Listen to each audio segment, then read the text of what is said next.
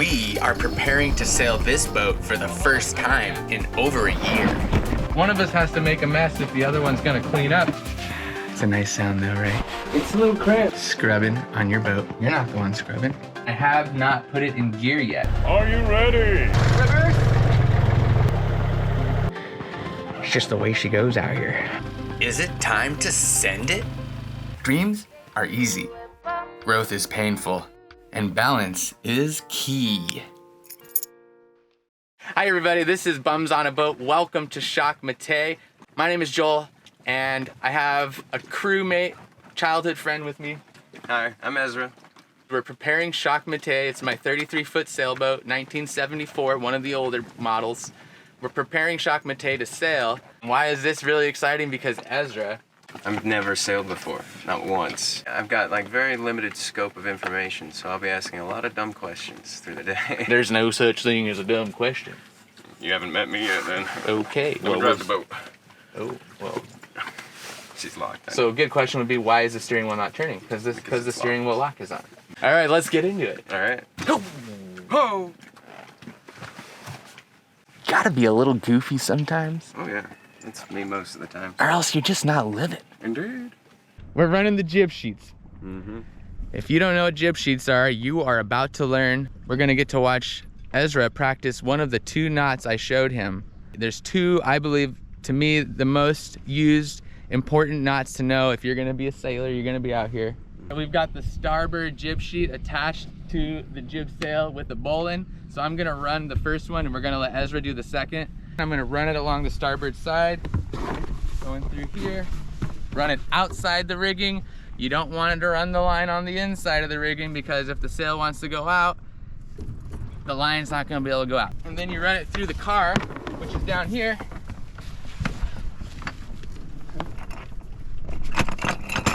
It slides up, and this is how you trim your sails. Come back to my winch here.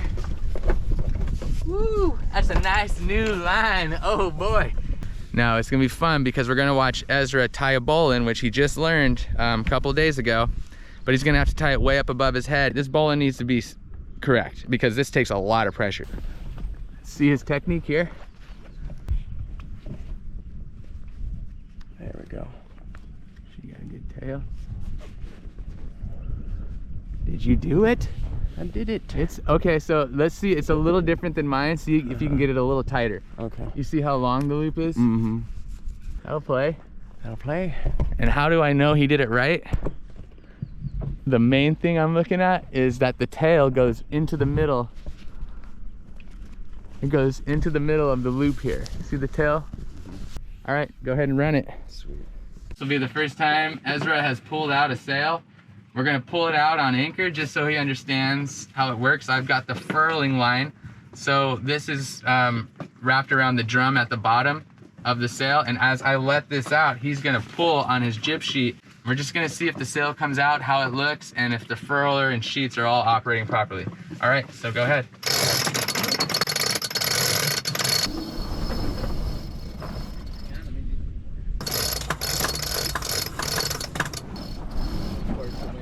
Oh, it's caught into the rigging. Can you go get that? Yeah. That happens. Or crossing the wind. Well, hold on. All right, yeah. We're gonna tack. So get on the furler line and get ready. There's the sail. Okay, what you're gonna do is you're gonna pull. Nice and easy. We just tacked.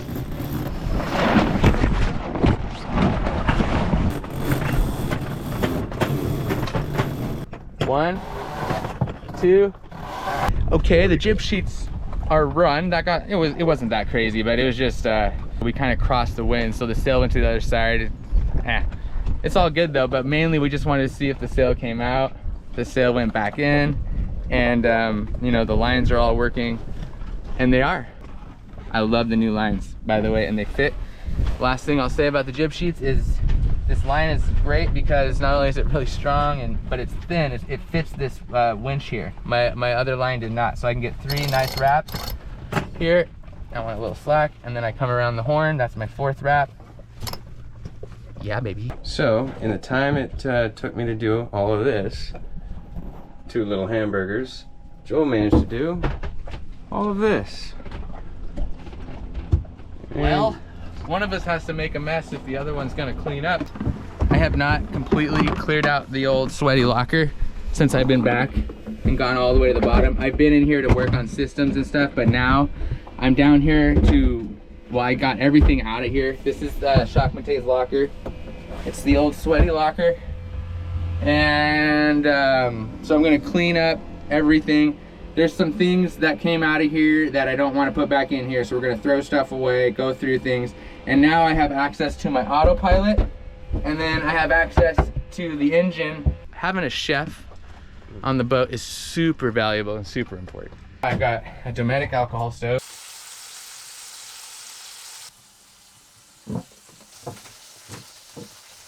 Lunch is served. Nice work, man. That looks great. I think we got to get Ezra down in that sweaty locker, though. Like, you cannot say you're going to learn about boat life and you want to come out and experience it and not go down in a sweaty locker and grind a little bit down there. So I'm going to stuff him down there. Now that I got it pretty clean, I vacuumed it, but it needs a little bit of carpet scrubbing down there. I did not deem it necessary to have that locker clean, organized, and get, throw stuff away and figure out what I'm keeping and all that, because that's what I've done with every other section of the boat. I didn't see it necessary to live on the boat, but it's definitely necessary before I start sailing. I need to know, it needs to be organized down there. I need to know what's down there, where it's at, and also I need to check the steering, autopilot, engine, and stuff like that. So this is now the perfect time to tackle that. Glad you liked it. It's going in the locker. Our nice clean cockpit, we just cleaned and organized, and then it's just all messy again. Do you see the blue carpet stuff? Mm-hmm. Yeah. Okay. Cool. All right, we're gonna let Ezra have some fun in the sweaty locker. And I'm gonna do the dishes because, he's chefed out, so I should do the dishes. All right, Ezra. Mm-hmm. First thoughts that come to mind about being down in the sweaty locker. Sweaty. Sweaty. It's a little cramped, but this is another part of boat life. Like, you're gonna have moments you really enjoy, and then you're gonna have moments where you're scrubbing things in the locker. Oh. Hi. Well said. It's a nice sound though, right? Scrubbing on your boat, but your hands aren't moving. You're not the one scrubbing. But there's some scrubbing going on down here. Let's go, Ezra. Done-ish. Let's investigate here. Okay. That looks nice. And that is a lot more pleasant to jump into if you're gonna be down here. And I mean, I've been down here for hours, like working on the steering and stuff, which is back here on the autopilot.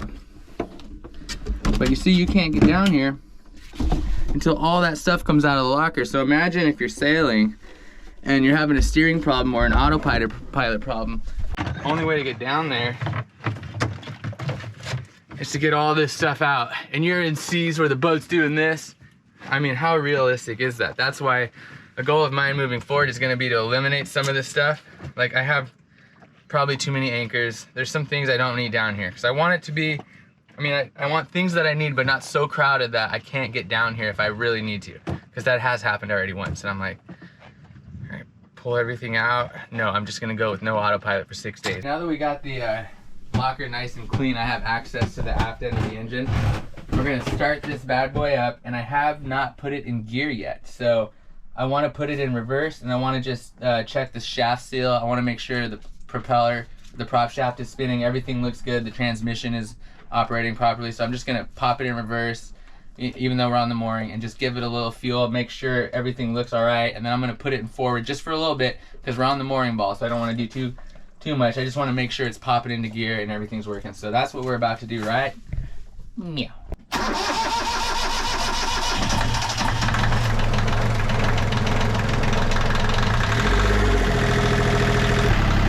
How's she looking down there? Looking good.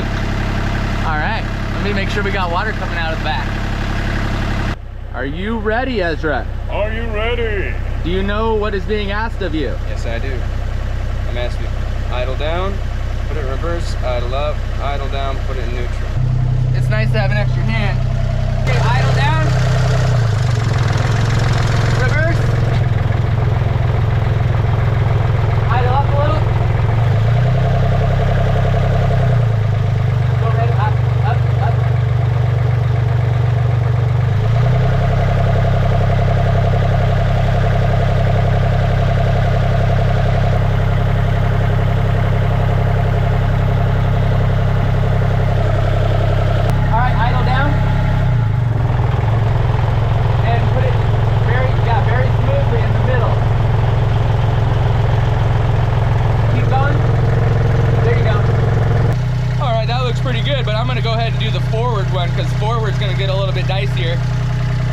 because we're gonna be going at our mooring ball. Reverse, that looked really good.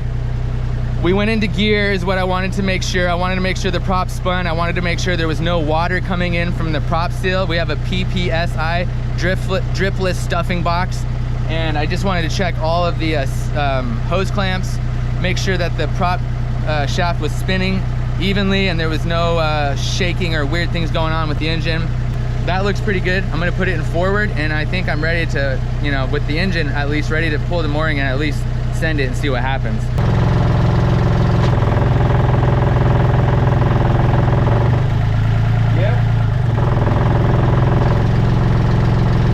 All right, thank you, Ezra. Whenever I'm doing like an experiment for the first time and I know if it doesn't work out, it's gonna be discouraging, I'm like a little nervous. And that was like, just wanted everything to go smooth, and it did. Went into gear, came out of gear, went forward, backwards. Ezra's helping me get everything clean that was in the locker. We're getting the salt off and we're scrubbing it, and then we're doing freshwater rinse. If you're new to boat life, considering it, it's so important to rinse everything off with fresh water. And I think maybe some of the things went down there with a little bit of salt water. It was like a year ago. So, I mean, I've been learning a lot. Obviously, every day I learn, but now I know, dude, if you're bringing it on the boat, rinse it with fresh water and then put it away. Never store anything that has not been rinsed with fresh water. It's just the way she goes out here. So the dinghy and outboard has got some growth on it. It's just constant. The dinghy's been in the water for like a month and a half, so it's running slow, and I thought maybe there was something with the outboard, but then I remembered I hadn't cleaned it since I put it in the water. So it's probably got green mossy stuff. Mossy. You see it? Uh-huh. Moss don't grow on a rolling stone. We're gonna have to pull that dinghy up on the beach, flip it upside down, let the sun dry it out and get it off. That mossy stuff was not coming off. But we got a little bit of rain, and as far as cleaning up, I haven't put anything. Wait till you look down here. Oh.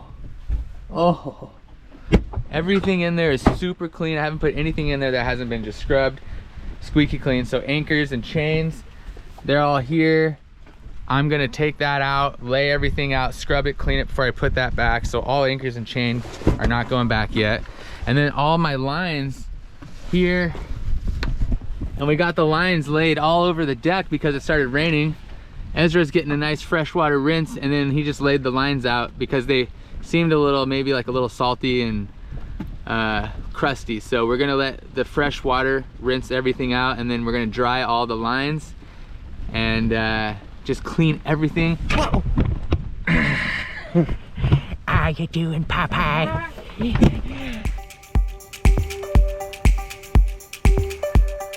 First time Ezra's gonna try to run old Nissani. What did I haven't nicknamed my new outboard yet. Sunny. Sunny? Nissan? Sunny? Nissani. Nissani? Nissani. All right, well, for now. Okay, here we go. Nisi, how about that? Nisi, I like Nisi. It's one of my aunt's names. Yeah.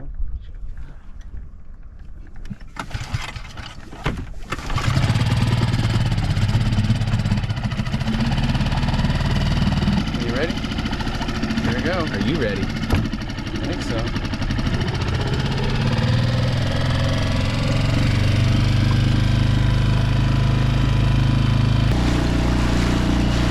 I think he's got this boat life stuff. I'm doing my best.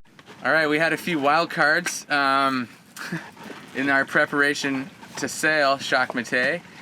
Last night, the carburetor just completely crapped out, but I barely limped the dinghy home, so our plans for today completely changed. But here we are. We made it. We did it. Carburetor came off, cleaned it up, put it back on. I saw a little bit of black chunks coming out, and the outboard is running great. We flipped the dinghy, and so actually we were gonna wait for it to dry and then start scraping. That's what you usually do. But this guy Action on Hog Island, he let us know, like, do it wet with the oars. With the oars. And he just got to it, and stuff just blew right off the dinghy. Like, it took, I don't know, maybe half the time? Yeah, I have no idea. But yeah, and then it had the nice long oars, and I would have never thought about using the oars. no, it was genius. So we're at Hog Island. They let me, like, leave my slack line here set up. It's such a cool place. And I don't have to like set it up and take it down all the time. I come to Hog Island, get my slack fixed.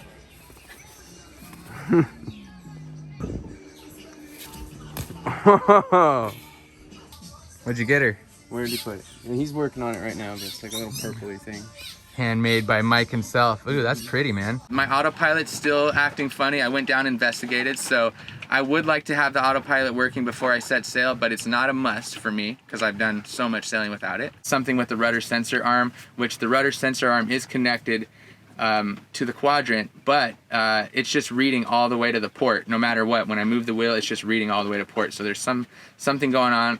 I have a new GPS I would like to install before I leave, but again, I have a phone with Navionics, which I have sailed many, many miles with just a phone. So I would do that if the day comes, weather looks good. All right, well, we're gonna see you next week. I'm hoping to be sailing within 2 weeks, within 1 week. Let's see. As you can see, my plan isn't perfectly clear yet. But what I would like to do with Ezra is sail up to Carriacou. So it's a few hours. It's maybe a 6-7 hour sail to get all the way to Carriacou. There's an uninhabited island halfway there, which I would like to stop at. So it's the goal to take Ezra out and sail this boat. So we have a lot of work still left to do, but we've made a lot of progress. Stay tuned. Subscribe if you haven't already, and thank you for subscribing if you have. Have a good day. Oh, have a good day. Oh, is that right? Yeah, have a good day, have a good night, have a good morning, and patrons, thank you so much! These are the tales of Boab.